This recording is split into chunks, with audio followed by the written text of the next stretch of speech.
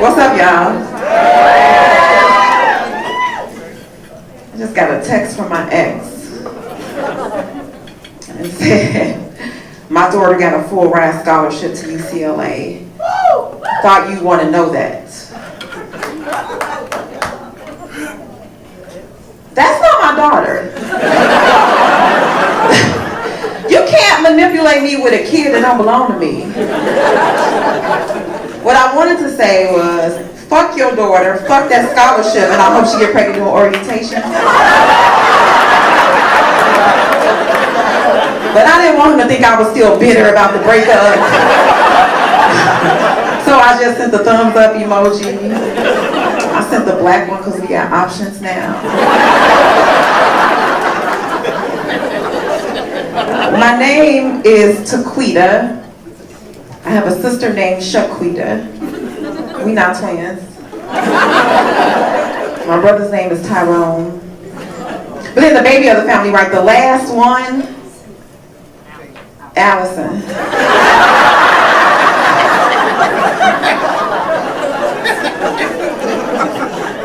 Y'all, my mama got clean and sober, that's what happened. She was like, one of these kids gonna make it. No, we're all successful, except Allison, she a crackhead.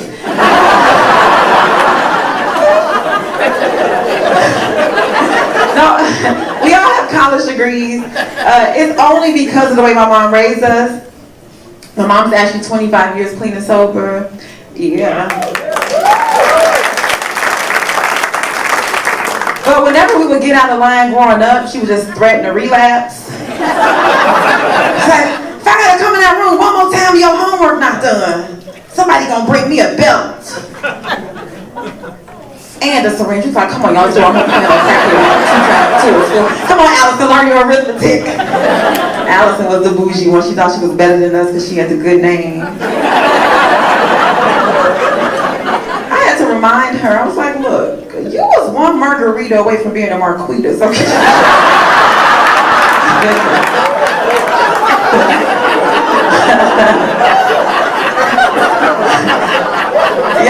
y'all celebrate the fact that my mom got clean. She went to a 12-step program. I just want y'all to understand how different it is growing up in a household with the recovery mom. I feel like all my motherly advice is based on the 12 steps. I remember my first heartbreak. There was a dude named Antoine. But for some reason, all the dudes I ever messed with, the name was Antoine, it was just spelled differently. Like A-N-T-W-O-N, A-N-T-O-I-N-E, E-N-T-W-O-N. Like a flash over the O, because that make Twan for some reason. Right. All the other girls in the neighborhood, right? They were learning how to bust windows and slash tires when dudes broke their heart. But since I grew up in a household with a recovery mom, my advice was different. She was in a peaceful state. She hit me with one of the 12 steps. Well, baby, step one say you just need to admit that you're powerless. Just go on and make amends. I'm like, what is amends? And like, I feel like I got the short end of the stick though. I feel like because she used to do drugs, she should have taught me some top secret way on how to get back at a dude. Like maybe like how to like bury a body without actually digging or some shit like that. You know what I'm saying? Like tell me the tricks. Tell me the tricks. Learning how to pray was different in a household with a recovery mom. Pretty sure the first prayer y'all learned was that cute that now lay me down to sleep. I pray the Lord my soul to keep. If I should die before I wake up, I pray the Lord my soul to take. Different in a household with a recovery mom. So I learned how to pray. She said, kids, come join hands in a circle. Like, come on, Allison. Now bow your head. Let's have a moment of silence for those that's out there still suffering. God, grant me the serenity. Y'all like I knew what serenity was. As a kid, I thought it was a Barbie. I was like, Mom, don't forget to pray for Ken. She gonna need a man to make amends with. Then sometimes the prayers are inappropriate as kids. We didn't really understand what she was talking about. It's like, Lord, I want to send a special prayer out there for Ronnie out there in the streets. I heard they had a bad batch of shit out there. Mom, who is Ronnie? And what is a bad batch? Is somebody making cookies? And when I'm gonna get this damn Serenity doll we've been praying for the last 2 years? God, you gonna answer my prayers. And my mom's the bomb. She has this saying, right? She uses her recovery as a way to justify not doing stuff that she don't want to do. She has this saying where she said, I'm not gonna let you fuck up my recovery. And when she do that, we just leave her alone. I'm from Chicago. I went home for Father's Day recently. I needed a ride from the airport. So I said, Mom, can you pick me up from the airport? Well, what time you need me to pick you up? I said, 5:30. Well, you know Steve Harvey on at that time. You're gonna have to find another way. You're gonna have to Uber or something. I'm not gonna let you fuck up my recovery. I'm gonna go back out there. She picked me up from the airport. My mom is the bomb. Grew up in a single parent household. Only single parents in the room. Just two, because we in Oxnard. When I was in Compton, people came on stage with me. It was twerking like, yeah, we got the house out.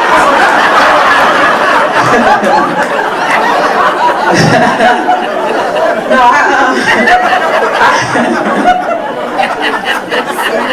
I grew up in a single parent household.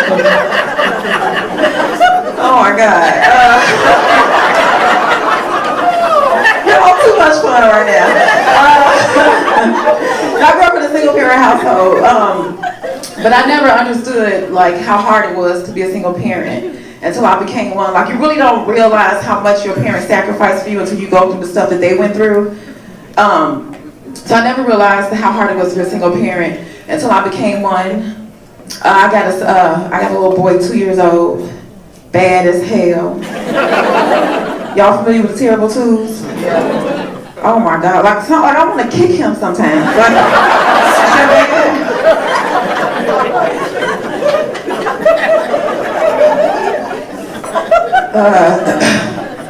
He's a terrier mix.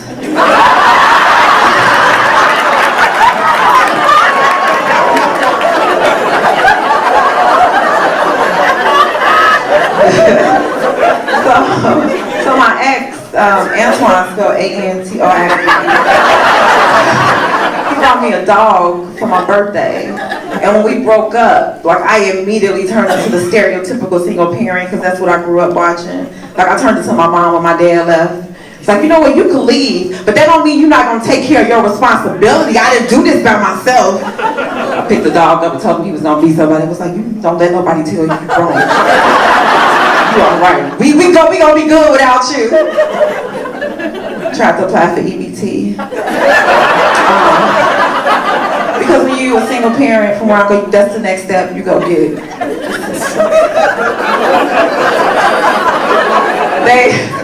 They denied me. I got pissed. Because I'm just like, you know what I'm saying? Like, why my baby don't count, for one. And for two, is it because he mixed?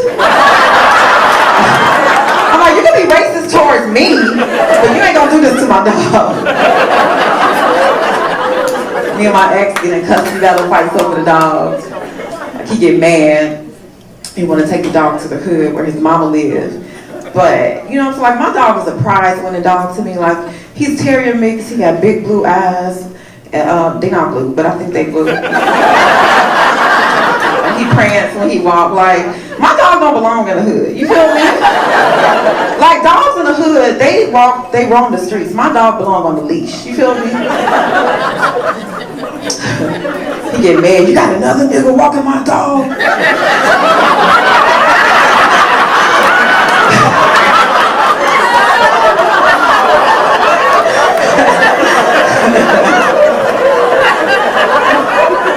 I turned it to my mama, like, same shit my mama said, well, you goddamn right, you left. So I need a stepdaddy for my dog right about now, though. Like, he's 2, like, that's 2 dog years, it's like 14, like, human years, so he a teenager now. Like, he talking back and shit, you know? Like when it was a 2-parent household, like he would obey commands. I say, Blue, sit, he sit. Now I'm by myself, he be bullshitting. I say, Blue, sit, like, and he go, halfway down. Then he look at me like, the fuck you gonna do if I don't? Stepdaddy.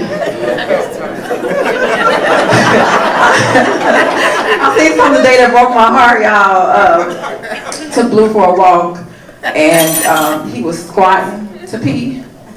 You a boy, you supposed to lift your leg. If he had a man in his life, he would know that. I can't teach you how to be a man.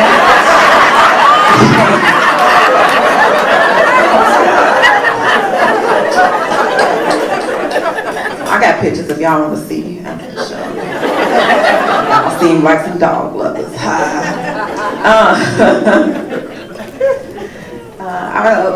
did I say? I mentioned earlier that I went to school. I did. I'm a nurse.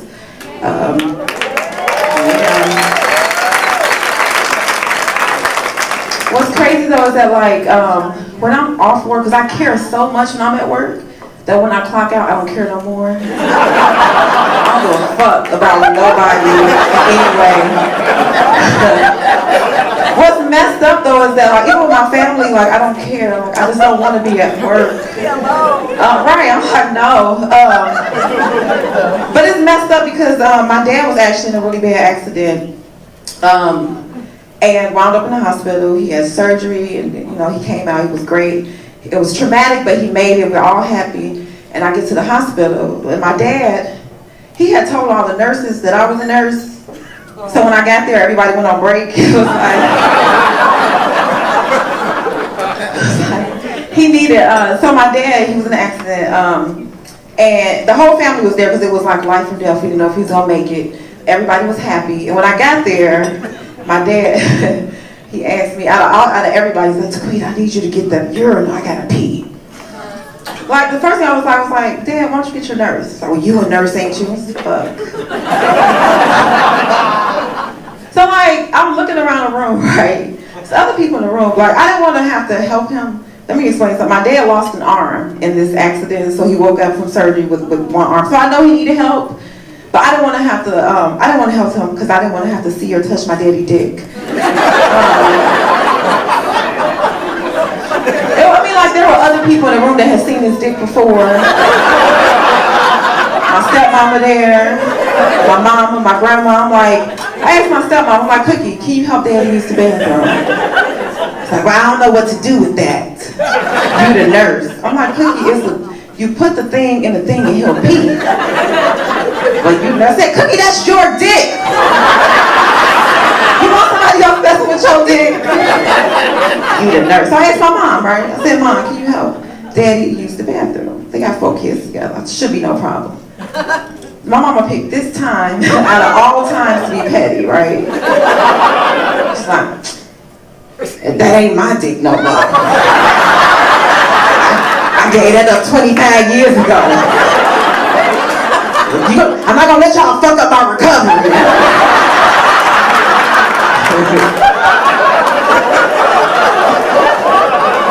So I had to help him. What's messed up though is that like when I pulled the covers back to help him, he had his cell phone in his one hand. I'm like, Dad, if you put your phone down, you can hold your own dick.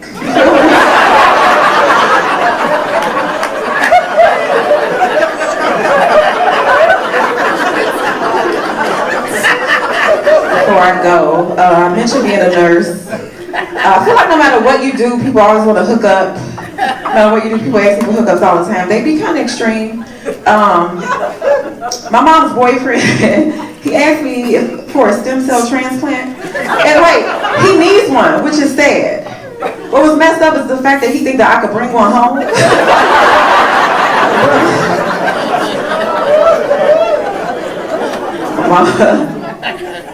Like, you don't want nothing I can put in my bag? My mama asked me, you think you could bring home a couple cases of flu shots for your sister's baby shower? You just gonna set a table up and you can just do your thing. You want me to administer flu shots at the baby shower? We can just put them in the gift bags if you don't want to give the shots out.